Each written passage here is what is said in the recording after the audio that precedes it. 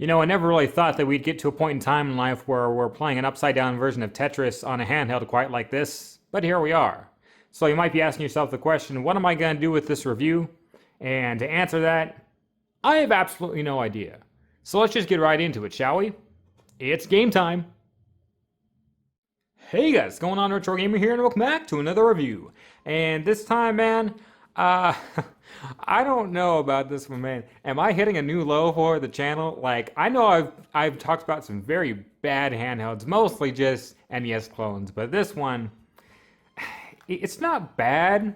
And when we get into it, like, it's not bad, but it's just rather kind of depressing. It's like, I couldn't imagine getting this as a gift. I mean, I don't know. If you're a younger kid, it might be fun, but like this just feels like something I grew up with, like the early 2000s. And like we didn't even like these as kids either. We really didn't, but it was a game, right? But let's try and make it not so negative. Let's try and make it positive here and just kind of talk about this system. So I bought this on Amazon, man, months and months ago, and I was gonna use it as a project, but I decided to just scrap the whole thing, and I've had it in my closet for a while, and I decided today, I'm like, all right, let's just take it out and throw it together and review it and see what I can make out of this. Let's see what kind of content I can make out of this little handheld. So, I don't know what to call this handheld. We're just gonna call it the Game Time handheld. Bought it on Amazon. I can't remember the price. If I can find the listing, if it's still even available. A lot of these things I bought on Amazon just get like taken off afterwards. So if I can find it, I'll put a little image on the screen and whatnot. I can't imagine it was more than like $20 maximum. If it was any more than that, man, I'm one stupid individual. But as you can see, it's an interesting little handheld. It's actually nicely built for ages 3 and up. And if we look at the back, just a lot of safety stuff and how to operate it, how to turn things on.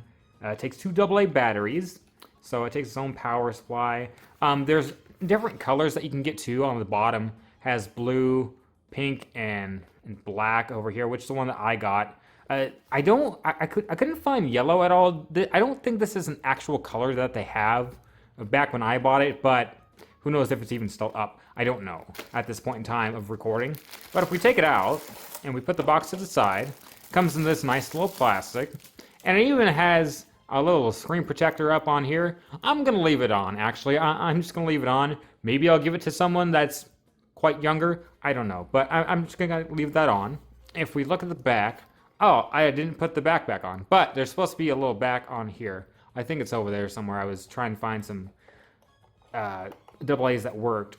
This is a speaker on the back, just has one speaker, and like the way it's shaped is actually quite nice. Like it does feel really good. Like it's kind of overkill for something like this because it really doesn't have any right to feel this good. Like it feels like a really good game console. Like if someone were to like to take all the insides out of this and turn it into like an actual like modded handheld, that would be really cool. Like just to buy one of these and use it as a base for some type of like retro handheld, that would be really, really cool. Like it feels really good. It has like a PlayStation style D-pad. This is a button. It's not an analog stick like it looks like. It's just a big button, and then you got the D-pad, and then you got these rotate buttons, and you have this down, which just turns down off and on, the power off and on, and then the reset. So this, as you can see at the start, this is just a Tetris clone. Let me turn it on.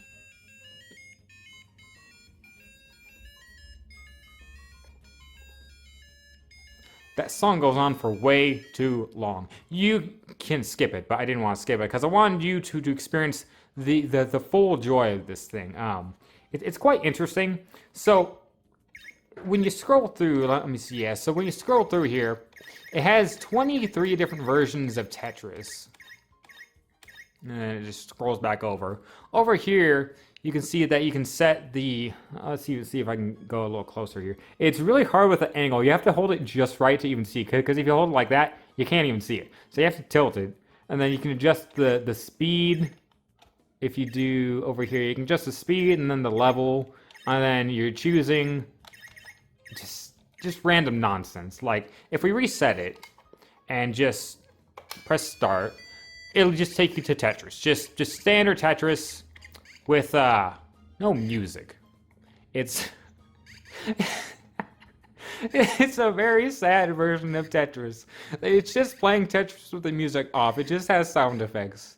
You can make your own music, or you can turn the sound off, and now you're really playing Tetris with no sound. It's just a sad version of Tetris, like, my goodness. But if you back out and just find a random game, let's do, and then we'll do a little bit of a, let's do that. There we go. Yeah, so this is the upside down version of Tetris. There are many different upside down versions of Tetris here. But like, some of the different versions of Tetris on this handheld, actually, I don't know if I should hate to admit it or be proud to admit it, but like, there are actually some good, cool versions of Tetris on here. Like, I've played around with it a little bit, and there are actually some interesting versions. There's also Breakout. They have car racing. Ayo, actually, let's try this. There's car racing, which is just, you know, Tetris blocks put together to look like a car. It reminds me of like Atari car racing. That music is just wonderful. But like, you know, like the more I've gone into it, like there are some good gems on here. Hey, look at that, it's Breakout. Yeah, like Breakout is actually a lot of fun on this console. This one you're actually shooting, so it's not exactly Breakout. But there is actually Breakout on here. But you go through it and stuff, and it's really all you're getting. You're getting normal Tetris, you're getting Breakout, you're getting a car racing game. Yeah, see, look at that. That's standard Breakout. And you can adjust the speed on these stages. Actually, if we back out, man, what was that, like 11? Yeah, and let's adjust the speed. There we go. Turn it up.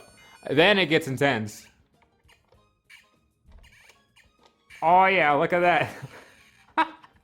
Like, you can't have some fun with this. Like you can have some fun with it. It's like, it can get crazy, but like at the end of the day, it's like, what are we doing here, man? Like what are we doing here? Like, actually, okay, Breakout is more fun than it deserves to be. Like, there is some actual good to this handheld. I don't know if I should hate to say that or not. Like, it's really not terrible. I've played so many worse things. Like, I would probably rather play this than some of those NES clones that I've bought in the past on Amazon. Those handheld versions, oh, some of those are so god-awful. This thing really isn't that bad. If I can find the link, I will link it up here or down there somewhere. I'll link it if I can find it. I don't know if it's still on Amazon or not. But that's just something I kind of wanted to do. I kind of wanted to just take this out of the closet. I was like, all right, let's see what kind of content I can make out of this. And man, I hope you enjoy it, because like, it was kind of cool to look at and just kind of play around with. But guys, that was my review on the Game Time handheld. So guys, from RetroGamer, if you like the video, please like, comment, and subscribe. I will see you guys back here with another review. See you guys then.